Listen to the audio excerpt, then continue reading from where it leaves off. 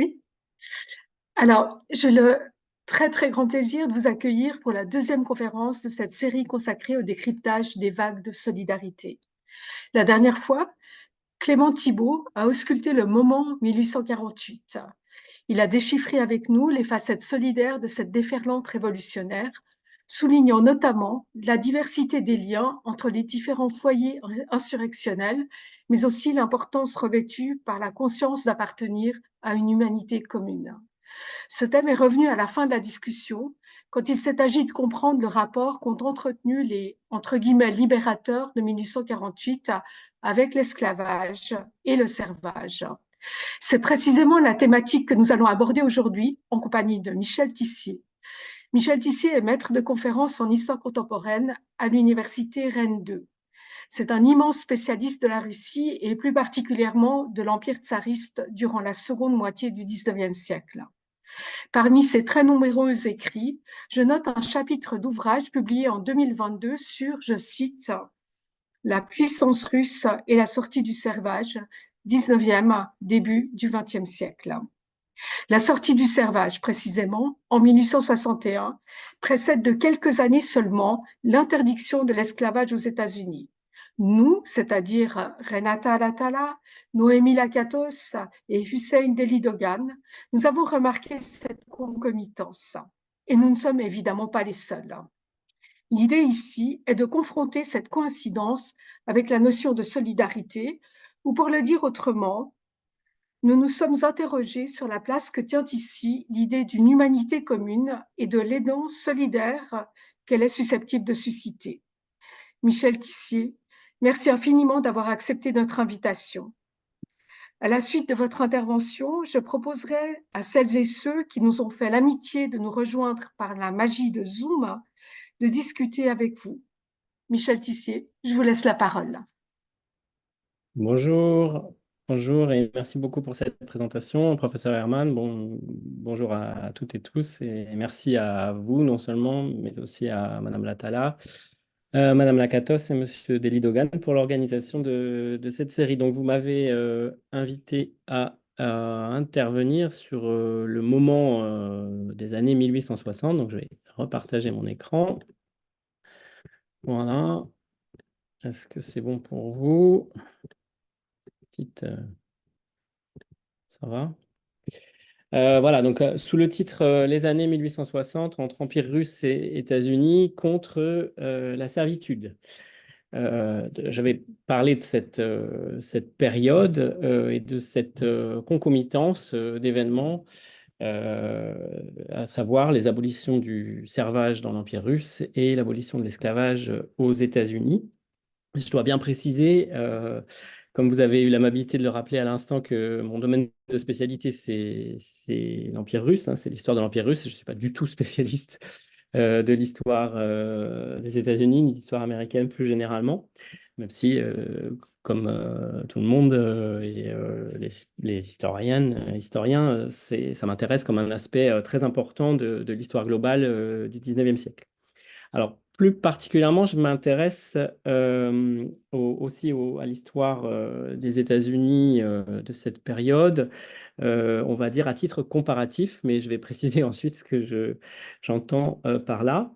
L'Empire russe et les États-Unis étant deux grands ensembles géographiques et politiques de l'époque, et en termes de puissance réelle ou en termes de puissance potentielle, la comparaison des deux ensembles était déjà un motif important au XIXe siècle. Et on retrouve ce motif dans de nombreuses sources de différentes provenances, russes, européennes plus largement, et dans une certaine mesure aux États-Unis également. Et le fait de comparer les deux ensembles, il faut bien dire que cela ne signifie pas évidemment que déjà, enfin, qu'on le fasse aujourd'hui ou qu'on le trouve dans les sources, qu'il y ait une mise en équivalence euh, véritablement. Alors, une comparaison est conduite en général si on estime qu'il y a un certain nombre de critères qui la rendent raisonnable et intéressante, et si les termes comparés présentent des caractéristiques proches, ce qui ne veut pas dire identiques, bien entendu. À partir de là, la pratique de la comparaison Donc Clément Thibault en a parlé dans la conférence précédente, parmi les différents points qu'il avait soulevés. La pratique de la comparaison suppose de penser des ressemblances et des différences entre les termes comparés.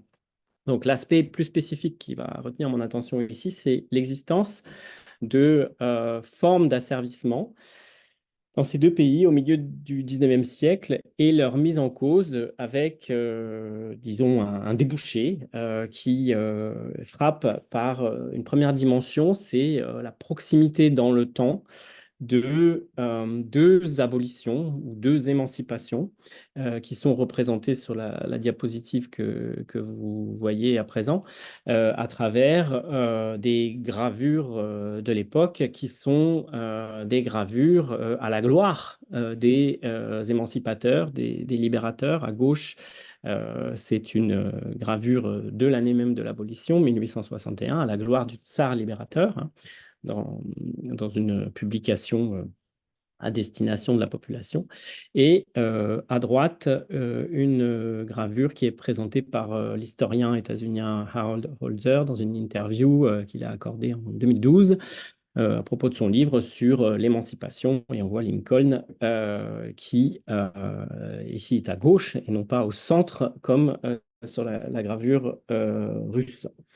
Donc, il y a cette proximité dans le temps et on parlera de sortie de la servitude, si on peut dire, comme d'un phénomène juridique et politique qui paraît donc très proche dans le temps, hein, avec cette abolition solennelle du servage en 1861, donc le 19 février dans le calendrier julien, qui était en vigueur dans l'Empire russe, dans la majorité de l'Empire russe à l'époque, et pour l'abolition de l'esclavage. Alors là, il faut se situer au cœur de la guerre civile entre 1863 et 1865.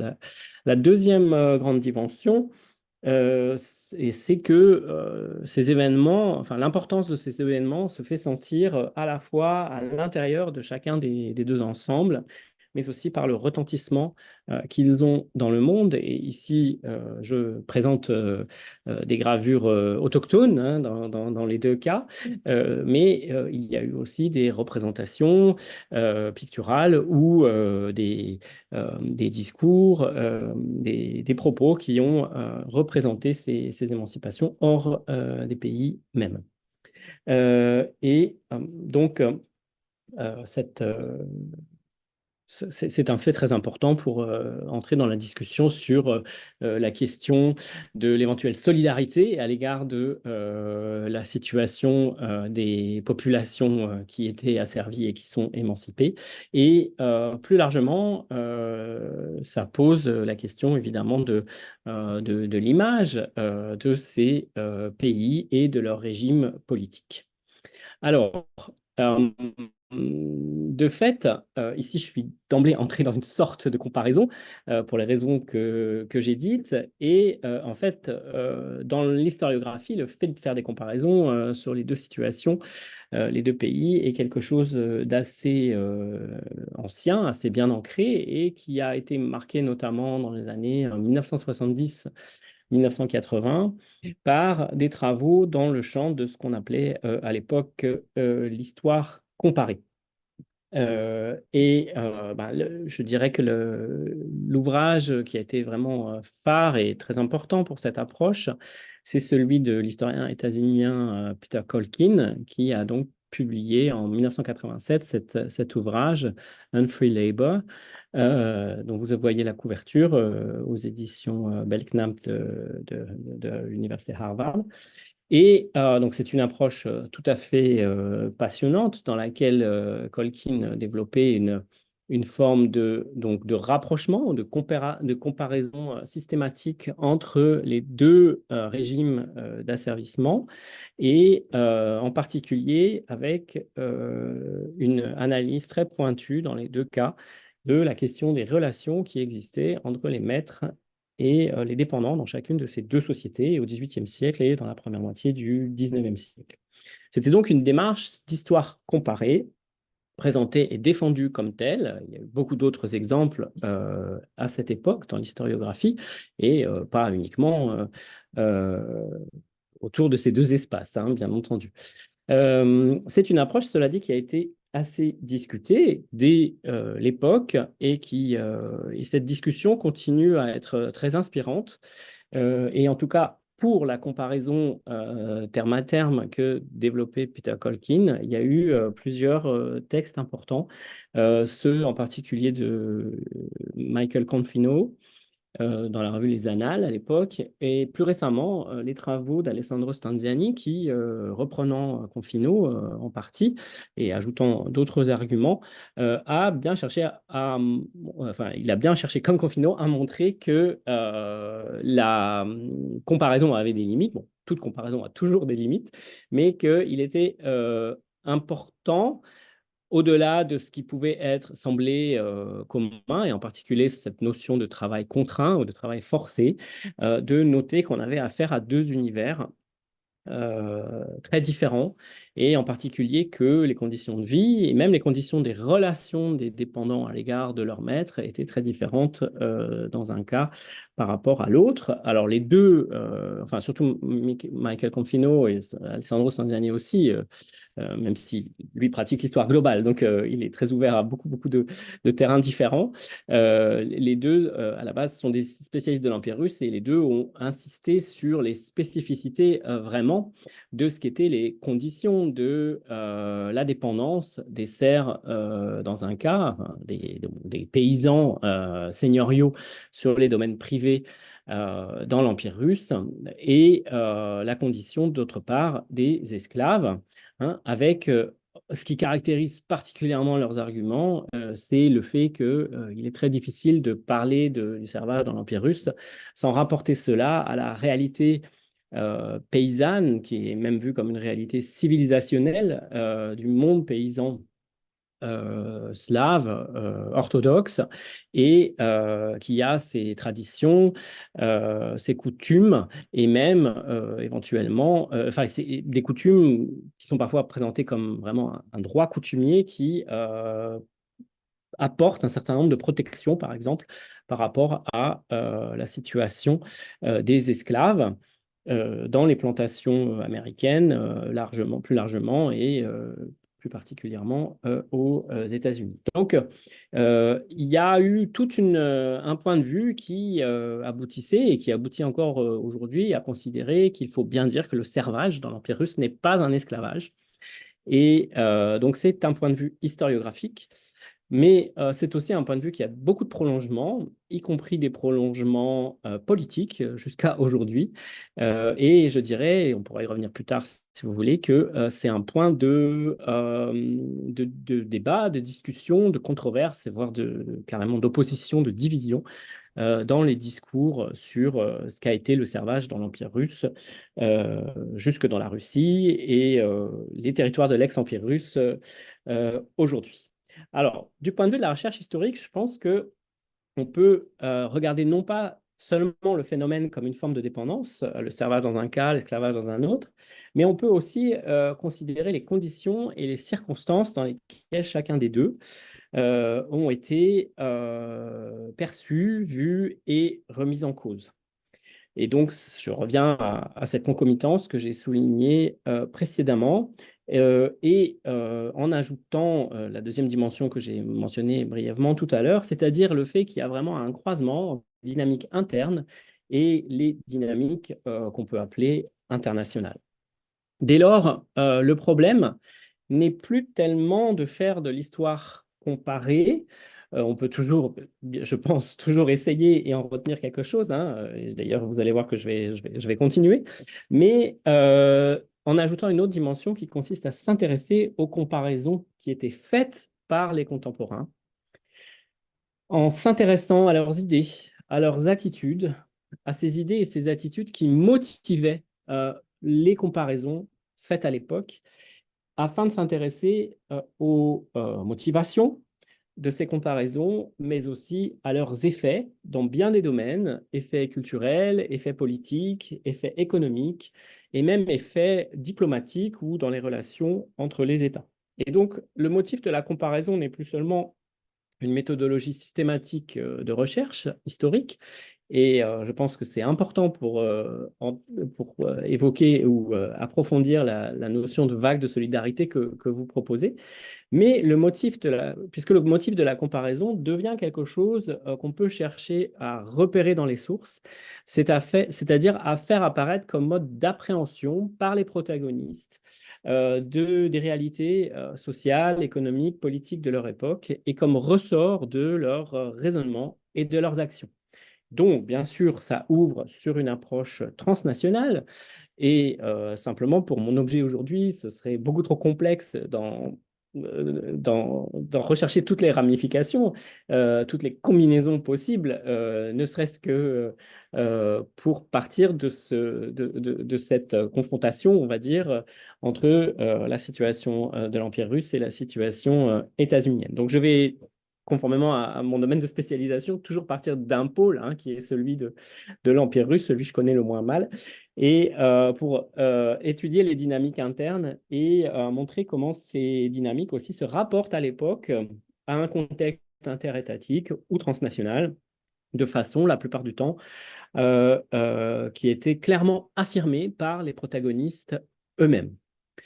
Donc, si on part de ces comparaisons par les ressortissants de l'Empire russe, ceux qui cherchaient à décider quoi faire du servage, en fait, à l'époque, au milieu du 19e siècle, que peut-on dire?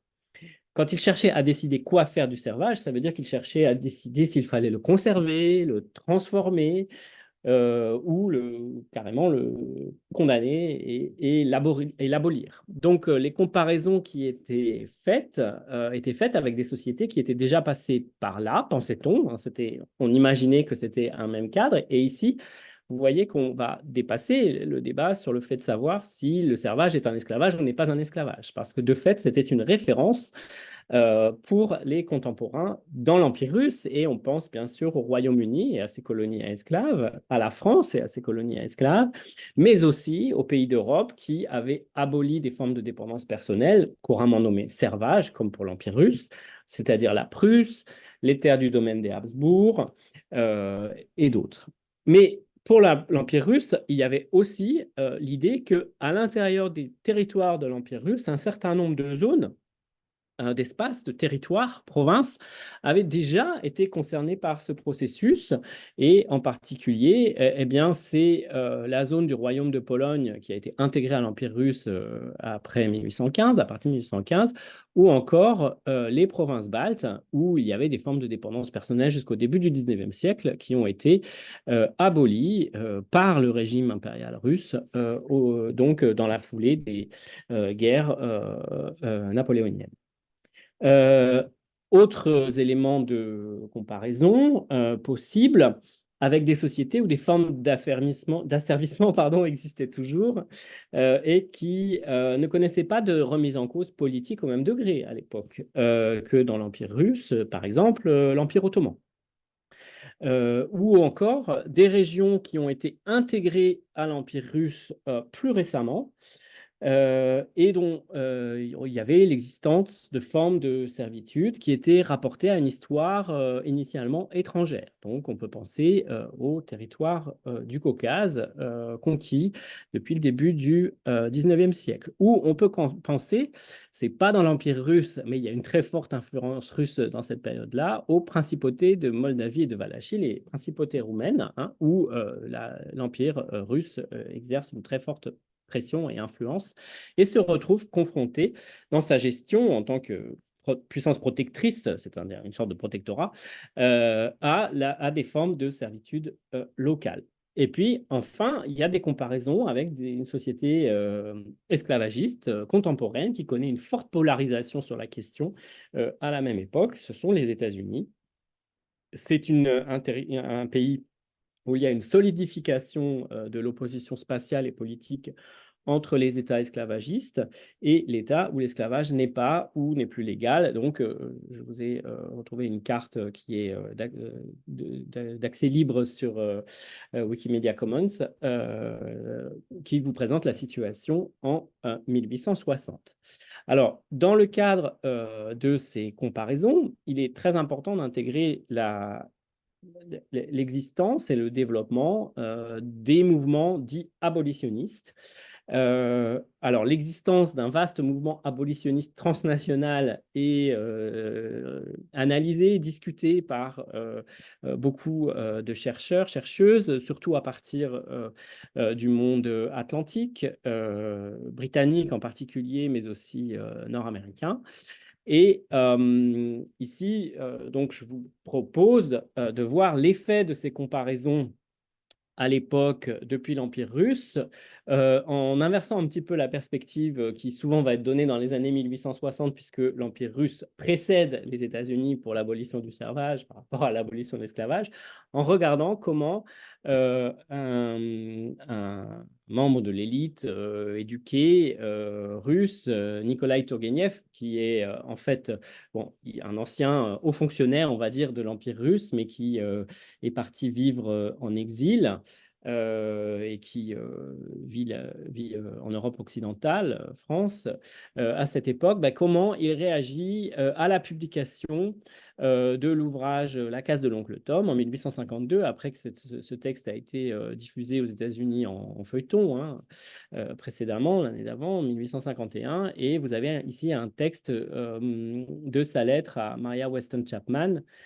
daté de la fin de l'année 1852, où il fait le rapprochement et pour lui, la situation dans l'Empire russe est, la même, est du même ordre, même s'il dit, je sais bien, je suis conscient qu'il y a toute la différence qui existe entre le cerf russe et l'esclave noir, et pourtant, il y a quelque chose de commun, et l'abolitionnisme ou l'idée abolitionniste que je porte et rejoint celle de Harriet Beecher Stowe ou de Maria Chapman. Alors, il est sûr que l'abolition de la servitude va être une question de circonstance. Et entre les deux ensembles, les États-Unis, l'Empire russe, il y a de très grandes différences qu'il est absolument important hein, de mentionner et qui nous montrent que la, si on revient à une approche d'histoire comparée pour s'intéresser à la séquence abolitionniste, bien entendu, il est très important de pointer ces différences entre les régimes, entre le régime autocratique de l'Empire russe et la démocratie américaine que Tocqueville, à l'époque, a décrite en détail. Donc, démocratie américaine présentée comme démocratie et qui n'est pas pour autant non inégalitaire, bien entendu, ou non hiérarchisée. En outre, il faut mentionner ce qui concerne la situation respective de chacune de ces pays et le fait que l'Empire russe, au moment où il s'engage enfin sérieusement, enfin de façon déterminée sous Alexandre II vers la remise en question du système servile, est une puissance qui a été vaincue dans la guerre de Crimée, une puissance qui s'est pensée depuis le début du XIXe siècle, en fait depuis bien plus longtemps que cela, hein, au XVIIIe siècle, au moins depuis Pierre le Grand, comme européenne et comme intégrée dans les grandes affaires étatiques européennes. Et de ce point de vue-là, bien entendu, sa situation, je vais dire géopolitique, est très différente de ce qu'on peut dire sur les États-Unis de la même époque, où la dynamique principale, qui va d'ailleurs contribuer à rendre plus internationale d'une certaine façon la politique états-unienne, c'est le point de départ des divergences sectionnelles entre les États fédérés de l'Union. Alors, un autre aspect à considérer, bien sûr, dans les circonstances de ces remises en cause du servage et de l'esclavage, c'est ce qui touche aux relations entre les maîtres et leurs dépendants dans l'économie et la société. je ne peux mentionner ici qu'un certain nombre de points qui sont plus ou moins bien connus. Pendant très longtemps, on est d'abord parti des considérations économiques et de l'opposition entre travail libre et travail contraint. Et ce qu'on peut voir, c'est que cette opposition travaille les idées et les attitudes dans les deux ensembles, mais la façon dont le travail libre serait considéré comme supérieur au travail contraint du point de vue de sa productivité a été maintenant beaucoup étudié par les historiens. Il y a eu beaucoup de débats. Et en tout cas, ce qui est intéressant du point de vue historiographique, c'est que pour les deux ensembles, finalement, beaucoup considèrent que cette opposition, et à la suite d'Alessandro Stonziani, beaucoup considèrent que cette opposition n'est pas si absolue qu'on l'a présentée pendant très longtemps. Euh, Autre aspect que je ne fais que mentionner, puis on peut revenir après si vous voulez, sur la question des statuts des asservis et de la façon dont les maîtres les considèrent. Euh, Autour de la notion de droit de propriété. Et là aussi, les comparaisons faites par les contemporains sont très importantes à mentionner. Euh, pour ma part, j'ai surtout regardé ce que les élites éduquées et propriétaires considéraient dans l'Empire russe autour de cette notion d'un droit de propriété des maîtres sur leurs serfs qui n'est pas formellement établie dans la législation impériale, mais dont on peut dire, à mon sens, qu'elle est communément admise, ce qui est un ressort très important des débats pour sortir de la servitude, comme ça a été le cas en Royaume-Uni, en France, et comme c'est aussi le cas aux États-Unis dans la période de la guerre civile, avec le problème, la question de savoir s'il faut indemniser ou non les propriétaires d'esclaves de serfs par rapport à la perte de leurs gens. Dernier aspect, évidemment, autour de cette idée d'humanité qu'on a mentionnée et de la question du racisme, savoir si l'idée d'humanité dans la remise en cause du servage s'applique finalement avec autant de force et avec les mêmes ressorts dans les deux cas. Là aussi, je pense que vous aurez peut-être des questions là-dessus et je serai prêt à y revenir parce que le temps passant très vite, je ne vais pas trop développer. Et je terminerai par un dernier aspect qui me semble fondamental en réalité et qui est au cœur, à mon sens, des comparaisons faites par les contemporains, en tout cas si je me situe du point de vue de l'Empire russe, mais j'indiquerai pour terminer ensuite que d'après les travaux que j'ai consultés sur les États-Unis, il me semble bien qu'on retrouve une logique comparable. Mon idée principale ici, c'est qu'il faut aborder les choses en termes de puissance et considérer que l'humanitarisme de l'époque est un des ressorts très importants de l'impérialisme, de la compétition impériale de ces ensembles qui se voient comme des puissances. Alors, et peut-être que dans les deux cas, c'est un petit peu moins connu que pour d'autres pays comme le Royaume-Uni ou la France, mais surtout le Royaume-Uni, avec des études déjà assez anciennes et très nombreuses sur la façon dont l'abolitionnisme a été un ressort de l'impérialisme britannique au XIXe siècle, d'abord l'abolitionnisme sur la traite, puis sur l'esclavage. L'Empire russe a participé à cette dynamique et, à mon sens, on peut dire que la visée émancipatrice est une visée qui sert la Russie, l'Empire russe, dans son projet de rester une puissance, et non seulement de rester une puissance, mais de prendre la tête de la compétition des puissances. Donc ici, c'est le modèle centre-périphérie dont on a parlé la dernière fois qui me semble toujours en question. Et pour le cas russe, on peut voir, je m'appuie aussi sur un article de Villard Sunderland en 2021, on peut voir que c'est un modèle qui est toujours recomposé car l'Empire russe apparaît comme la périphérie de l'Europe et se ressent lui-même comme une périphérie. Et à mon sens, la remise en cause du servage est une façon pour l'Empire russe, battu dans la guerre de Crimée, de se replacer au centre et de redevenir un centre lui-même ou de s'affirmer comme centre pour les périphéries impériales qu'il convoite, qu'il domine déjà et qu'il convoite, et les nouvelles qu'il convoite. Donc ici, c'est tout le discours de civilisation, de la civilisation centrale, hein, dans l'approche de ces grandes puissances européennes et occidentales plus largement, et où l'Empire russe se présente vis-à-vis d'autres territoires comme l'Empire ottoman, et en Asie centrale en particulier, lui-même comme une puissance occidentale, ce qui aboutit à des façons d'écrire et même de réécrire l'histoire du servage russe, hein.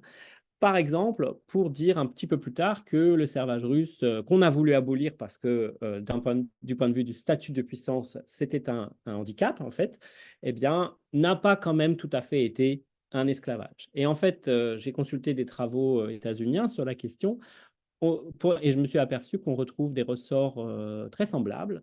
Donc là aussi, on voit que les comparaisons qui sont faites à l'époque peuvent se prolonger de façon fructueuse dans une approche d'histoire comparée ou pour renouveler l'histoire comparée, puisque il y a déjà tout un ensemble de travaux, ceux de Jean Alain, de William Mulligan, qui montrent cet anti-esclavagisme, cet abolitionnisme humanitaire comme un des ressorts de l'impérialisme à la fin du 19e siècle. Et j'ai consulté un travail très récent de Catherine Armstrong, American Slavery, American Imperialism en 2020, qui montre aussi comment ça induit un certain nombre de relectures états-uniennes sur leur propre passé et sur la vision de l'esclavage, hein. Il s'agit à ce moment-là, dans une visée impérialiste, d'aller porter la bonne parole vis-à-vis du reste du monde, comme le faisaient prioritairement les Britanniques. Mais il s'agit aussi, d'une certaine façon, de relire la réalité états-unienne en édulcorant les choses et en ne tirant pas toujours vis-à-vis des anciens esclaves noirs aux États-Unis les conséquences de l'humanitarisme et finalement de la solidarité qu'on promeut lorsque l'on s'affirme comme une puissance à l'égard du reste du monde.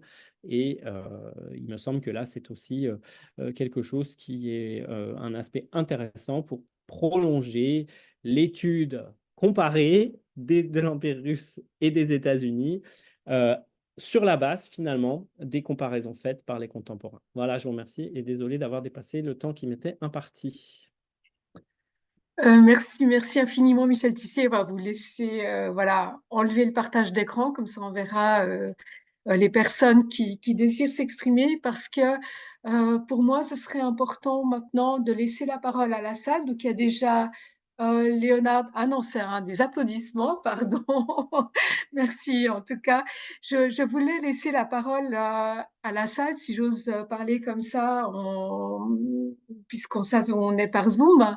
Est-ce que quelqu'un aimerait poser une question à Monsieur Tissier? Parce que la dernière fois, c'était peut-être un accaparement indu de la part des organisateurs qui avaient tellement de questions à poser. Mais on va tout d'abord demander si d'autres personnes veulent s'exprimer, ont des hypothèses. Il y a quand même de nombreux points où vous avez dit je pourrais toujours répondre aux questions. Donc, est-ce que quelqu'un voudrait s'exprimer, faire des remarques, à des interrogations par rapport à ce qui a été dit? À part Hussein qui fait donc partie des organisateurs. Euh, oui, Monsieur Bouchard. Ouais, je vais aller, je casse la glace. Donc, merci, merci Michel pour la présentation qui ouvre plein de pistes. En fait, j'en ai une qui est presque une question d'ignorance personnelle, donc, mais ça peut peut-être m'aider à comprendre un peu la question du point de vue russe, parce que du côté américain, on comprend tout le débat autour de la guerre civile et de l'abolition puis de la polarisation. Euh, Est-ce que c'est possible de juste nous présenter la nature du débat du côté russe? C'est-à-dire, est-ce que c'est une décision unilatérale? Est-ce qu'il y a énormément de polarisation? Est-ce que comment se passe le débat à l'interne sur cette nécessité ou non d'abolir le servage? Donc, est-ce que ça provoque des déchirements comme, évidemment pas à la hauteur de la guerre civile américaine, mais comment ça se comment se créent les dynamiques autour de ça dans les mois qui précèdent, par exemple, l'abolition? Voilà. Merci déjà beaucoup pour cette question qui me permet de parler de choses absolument décisives dont je n'ai pas parlé ou que j'ai seulement suggéré. Alors, en effet, je vais partir de ce que vous avez dit aussi sur la comparaison, enfin, oui, la mise en comparaison avec les États-Unis et la mention de la guerre civile, puisque dans les comparaisons des contemporains, les historiens aujourd'hui, comme nous, relèvent cela. Mais ça a frappé tout de suite les contemporains que l'Empire russe a réussi à sortir du servage, de la condition servile, une masse de population qui était beaucoup plus abondante que les esclaves noirs aux États-Unis, hein, puisque ça concerne 22 millions de personnes. Et la moitié de la population paysanne de l'Empire, toute la population paysanne de l'Empire n'était pas sous statut servile. Mais donc, c'est une opération gigantesque. En plus, c'est une opération qui, dans ses modalités juridiques et techniques, est d'une complexité folle. Puisqu'il va y avoir la fameuse, là aussi, je n'ai pas du tout le temps d'aborder ce point, mais il va y avoir la question de l'accès aux terres de la population des Serfs, qui sont une population villageoise qui ne change pas d'endroit de vie, ni même de conditions de vie pratiquement, du fait de l'abolition. Elles restent au même endroit, vivent dans les mêmes communautés et occupent et travaillent les mêmes terres. Et on va décider de faire en sorte qu'une partie des terres qu'ils travaillent, qui sont des terres appartenant aux seigneurs, leur reviennent, mais contre rachat. Donc, cette opération va être une immense opération financière, les paysans n'ayant pas les moyens d'acheter ces terres, qui va s'étaler sur des décennies en réalité. Donc, c'est vraiment une opération gigantesque qui se passe globalement pacifiquement. Donc, la question que vous posez, c'est comment a-t-on pu arriver à ce résultat? Alors, sur le moment, oui, on peut dire que c'est globalement pacifique. Il y a eu du mécontentement, c'est bien étudié par les historiens, de la part des paysans, je veux dire. Mais ce sont des mécontentements qui n'ont pas empêché l'opération de se faire, qui ont été relativement localisés et maîtrisés.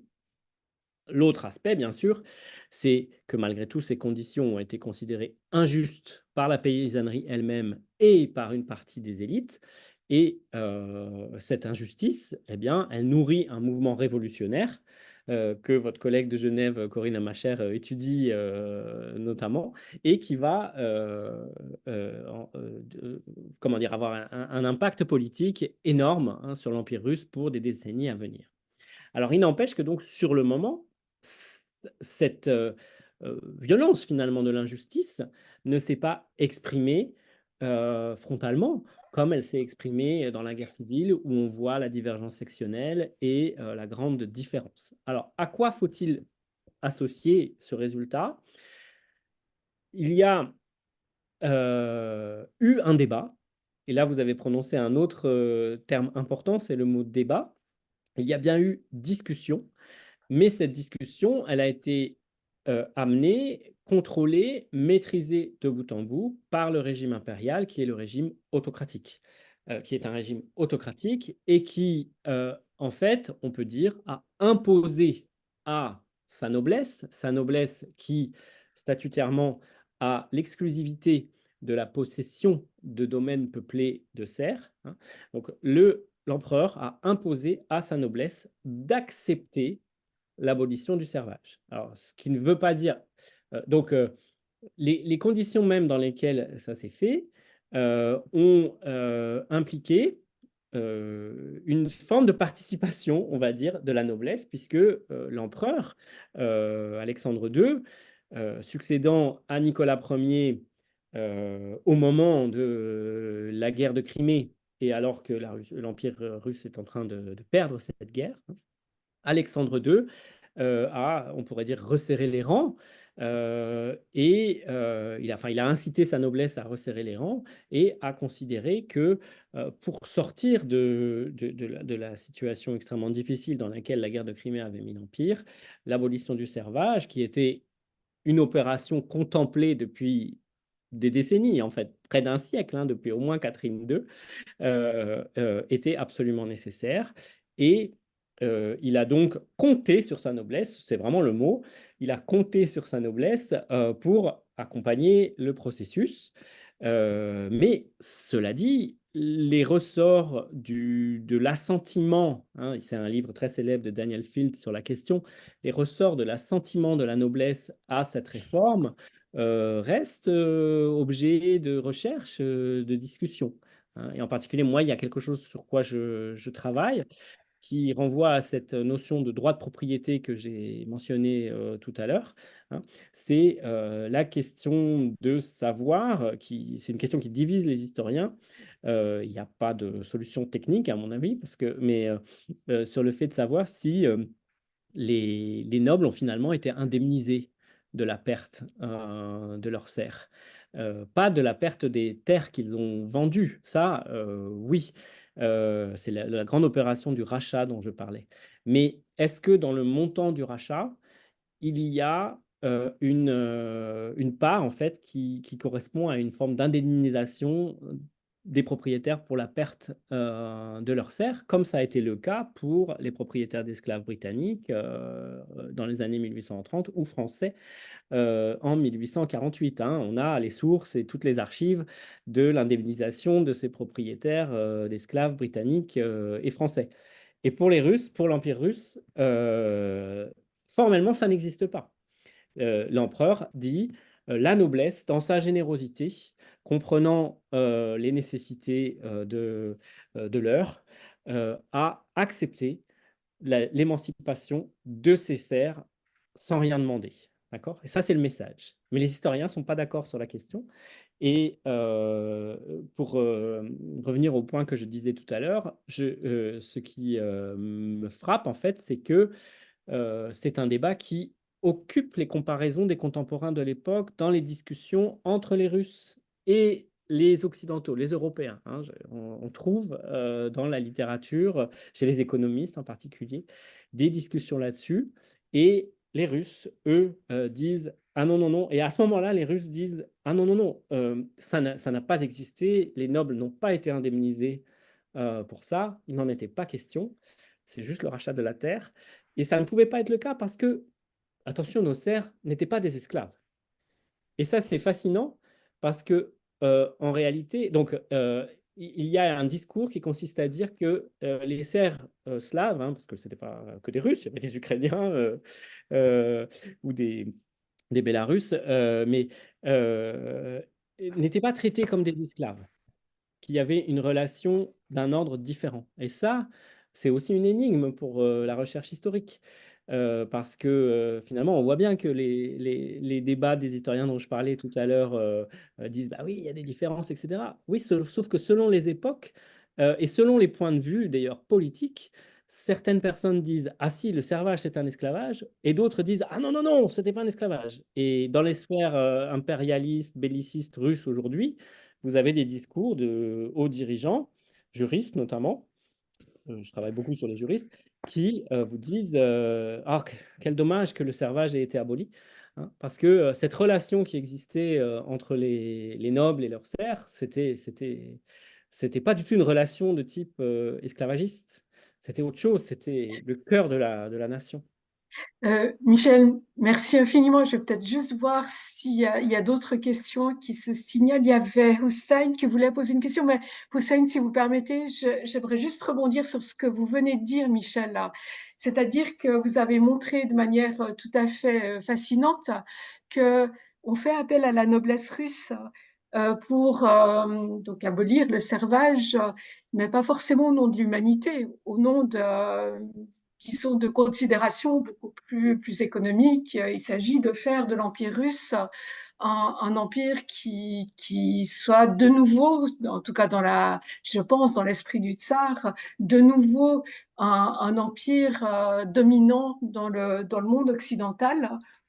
Et je voulais quand même savoir, est-ce qu'il y a quand même pas des motivations morales? Et puis, dans ce jeu rhétorique, est-ce que les États-Unis sont montrés comme étant en quelque sorte les mauvais élèves? Nous, chez nous, c'est le servage. Nous traitons extrêmement bien ces paysans. Ce ne sont pas des esclaves, contrairement aux États-Unis où les choses se passent beaucoup moins bien. Oui. Je suis désolée, en fait, c'était beaucoup plus long que ce que je Non, non, pensais. non, mais pas du tout. Mais de toute façon, je vais essayer de vous répondre mais c'est vraiment des questions qui sont au cœur de ce que j'essaye d'étudier sur l'Empire russe. Je suis tout à fait d'accord avec ce que vous dites sur la considération générale au sommet de l'État impérial, hein, c'est-à-dire vraiment des considérations de puissance.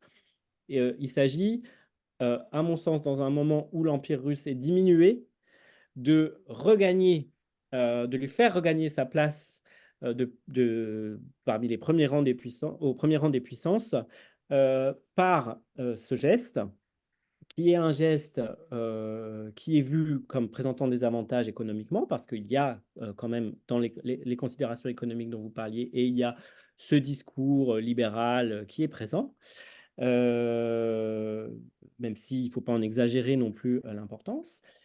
Il y a aussi, malgré tout, des considérations humanitaires et morales à ce moment-là.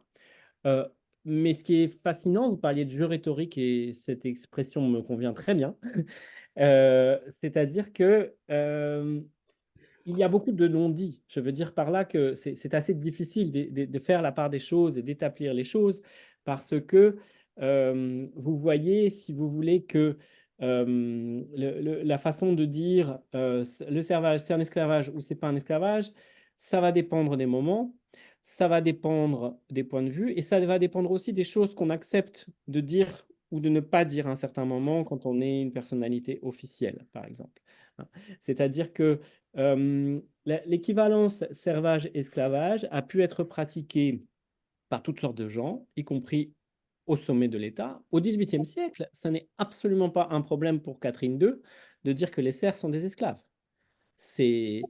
Et au début du XIXe siècle, des gens qui disent que le servage est un esclavage, vous en avez beaucoup, à la fois chez des gens qui sont pour et des gens qui sont contre. C'est-à-dire que à ce moment-là, la dimension humanitaire qui existe n'a pas encore pris autant d'importance, je pense, qu'au milieu du 19e siècle. Et si elle a pris autant d'importance pour l'Empire russe, je vais me prononcer que pour l'Empire russe, au milieu du 19e siècle, je pense que c'est moins pour une vision morale vraiment absolutiste, je dirais, que pour des considérations de puissance. C'est-à-dire que la vision moraliste et humanitaire, pour moi, elle est intégrée au fait que la Russie se sent dévalorisée et discréditée du fait qu'il existe encore le servage. Voilà. Et qui est vu par tant de gens comme un esclavage. Et une fois Donc, qu'il est aboli, on peut relire l'histoire et on peut dire, mais non, c'était pas un esclavage. Vous voyez ce ouais, que je c'est veux dire? ça. Et nous étions à la pointe de la civilisation quand même. C'est ça. Écoute, Et après, merci. on peut montrer l'exemple, comme Oui, comme les autres, hein. comme les autres. Hussein, vous vouliez, merci beaucoup, hein, Michel, c'était fascinant. Hussein, vous vouliez poser une question? Oui. Alors, bonjour monsieur, est-ce que vous Bonjour. m'entendez? Oui, très bien. Ok, super. Alors, merci beaucoup pour votre présentation.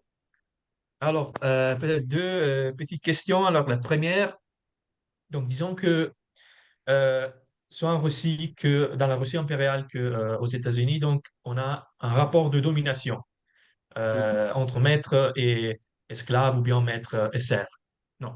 Mais donc ma première question, c'était que donc on sait que l'esclavage aux États-Unis est justifié, motivé, basé sur le racisme, donc la supériorité d'une race sur une autre race considérée inférieure. Et donc c'est sur ça que se fonde le rapport de domination aux États-Unis. Dans la Russie impériale, on a aussi un rapport de domination, mais ma question c'était effectivement comment on a justifié ce rapport de domination dans la Russie impériale parce que on a la domination, parce qu'il s'agit, disons, de la même, disons, race. On a Mhm. des Russes qui dominent d'autres Russes. Donc, ça, c'était la première question. Et la deuxième question, c'est donc effectivement sur cette question si disons, la Russie impériale a euh, plutôt fait une solidarité stratégique avec les serfs, ou s'il y avait effectivement une solidarité humanitaire, un souci humanitaire genuine, parce qu'on sait que la Russie impériale a été épargnée par les révolutions de 1848, mais quelques années plus tard, la Russie fait quand même un pas révolutionnaire. Donc, ma question, c'était de savoir si les idées, disons, en guillemets, libérales, donc, atteignent les autres sphères du pouvoir russe, ou s'il s'agit d'une tentative, disons, de préserver plutôt la monarchie par peur d'un bouleversement futur, ou même en réponse à des désordres sociaux, parce que j'avais lu Mhm. dans un article scientifique qu'il y a eu bien beaucoup de révoltes paysannes en Russie impériale, dans la Russie impériale. Donc voilà, c'était la question. Et voilà, Merci. merci. Merci beaucoup. Ah bah, c'est des questions aussi sur des points absolument fondamentaux, donc je vais essayer. Ça va être difficile d'être succinct, mais je vais essayer. Alors, sur le premier point, effectivement, tout à l'heure, je l'ai simplement mentionné et sans pouvoir développer sur la question du racisme et de l'idée de la nature du rapport de domination qui existe. Et là, je pense, si vous voulez, dans la discussion scientifique, dans l'historiographie, on peut trouver parfois des rapprochements qui sont faits entre les deux, en considérant, si vous voulez, en tout cas des rapprochements du rapport qui existe dans l'Empire russe avec ce qui peut exister dans le monde atlantique et notamment aux États-Unis. Euh, Parce qu'on va pouvoir insister sur le fait que la noblesse, les catégories qui possèdent des serfs, considèrent, euh, si vous voulez, leur gens, hein, comme une masse qui est très éloignée d'eux euh, et qu'ils peuvent dominer, qu'ils peuvent posséder même. Sur ce fondement, on peut trouver des discours, si vous voulez, dans les sources, qui sont des discours qui parfois peuvent insister sur le fait que cette masse est étrangère finalement à, à la noblesse, aux classes privilégiées.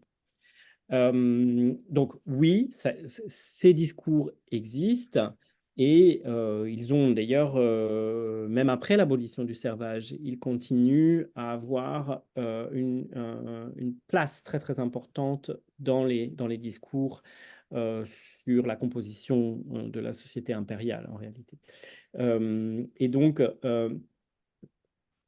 la question centrale ici, c'est la question de la construction de l'autre qui se pose, bien entendu, dans le contexte impérial russe, mais là aussi avec un nombre de combinaisons absolument gigantesques qu'il est impossible d'envisager ici, puisque outre cette dimension-là, à l'intérieur de la population slave orthodoxe, on va dire, entre les maîtres et les serfs ou les seigneurs, ou les propriétaires fonciers nobles et leurs anciens serfs, vous avez toute la diversité religieuse, ethnique de l'Empire, où la construction de l'autre est un processus, si vous voulez, qui est infini et qui part dans de multiples directions. Donc, je pense que rien de tout ça, en tout cas, n'est l'équivalent du racisme euh, que l'on étudie dans le contexte atlantique. Voilà. Je suis désolé, j'ai essayé euh, de répondre précisément à votre question, même si c'était un petit peu long. Le rapport à l'autre est complexe. Les logiques de mépris, de domination, bien sûr, sont là, de mépris, de difficulté à intégrer cet ancien peuple dépendant qui reste dominé de bien des manières après l'abolition du servage existe.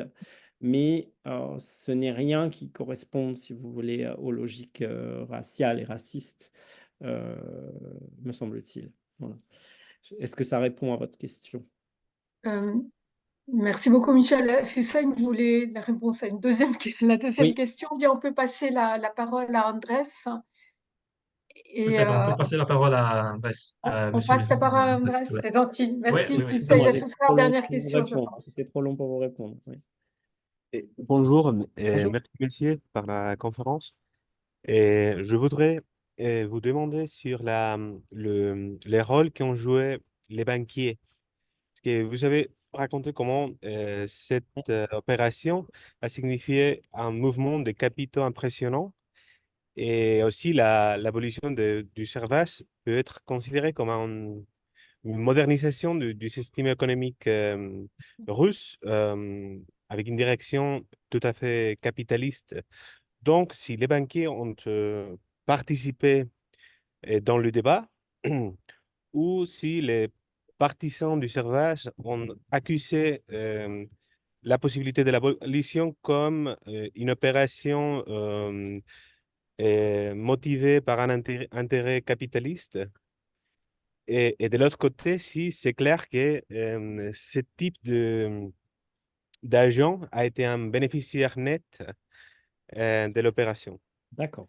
Merci beaucoup pour cette question, également très importante, qui renvoie aussi à des questionnements historiographiques classiques, hein, très classiques, aussi au débat au 19e siècle lancé par comment dire, la lecture socialiste et marxiste ensuite de cette histoire. Et en URSS, vous savez que c'était des questions très importantes. Je vais essayer de vous répondre en faisant quand même un lien avec la question précédente de M. Dely-Dogan, c'est sur la question du libéralisme. Parce que je pense qu'il y a un lien qui peut se faire à la fois d'un point de vue idéologique et pratique et financier, si vous voulez. Sur la question, si vous voulez, du rôle des banques, des banquiers et des agents de financement, on va dire, de ces réformes, c'est une question fondamentale qui est avérée, enfin dont la réalité est avérée, si vous voulez, du fait qu'après la guerre de Crimée et après sa défaite, de toute façon, l'Empire russe est en manque d'argent de façon structurelle. Et justement, n'a, à cause de sa défaite, pas les moyens de financer ce qui est vu comme le développement nécessaire. Donc, on a pu dire, et c'est vrai en partie, que l'abolition du servage, elle intervient dans un ensemble de réformes de structure dans lesquelles il s'agit d'aligner l'Empire russe sur ses principaux rivaux, ses principaux compétiteurs. Et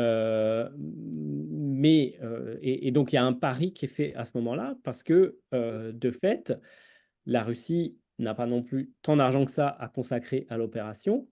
Euh, Convaincre les banquiers de prêter à la Russie pour financer son développement, notamment le chemin de fer, euh, c'est une opération importante et l'abolition du servage, eh bien, elle intervient dans ce dispositif en disant la Russie change la donne en fait de sa structure. Mais là où il faut être nuancé et voir les choses, c'est que pour autant, l'ensemble de la réforme ne correspond pas à une vision qu'on dirait libérale.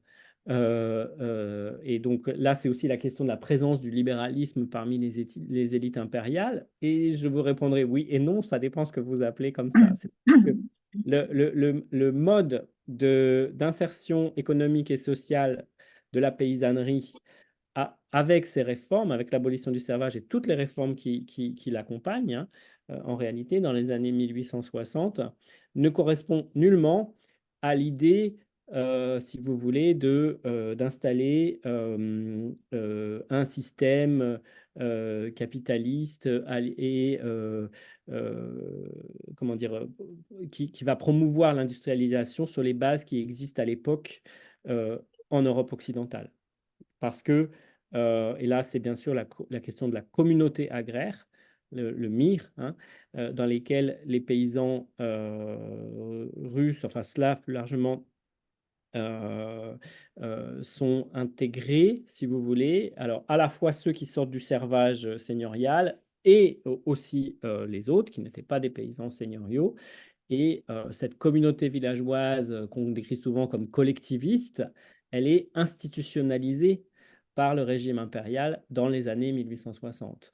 Donc, il y a en fait chez les élites impériales une crainte de développer un prolétariat qui ressemblerait à ce qu'on trouve à la même époque en Europe occidentale, en fait.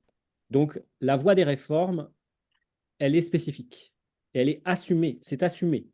En même temps, avec la finalité commune, enfin comparable, je veux dire, enfin semblable plutôt, à celle que des rivaux de la Russie, c'est une finalité qui, à mon sens, est une finalité de puissance. Voilà, c'est ça que je voulais dire. Je crois que là, merci beaucoup, Michel. Je crois que vous l'avez démontré de manière tout à fait exemplaire. Merci Merci. encore infiniment. C'était absolument passionnant. Merci à vous. Et je me permets de vous donner à tous et à toutes rendez-vous le 5 avril et on va décrypter en compagnie de Karl Bouchard qui est ici. Merci beaucoup depuis le Québec. Le moment wilsonien. Merci infiniment et à bientôt. Donc, au revoir. Au revoir.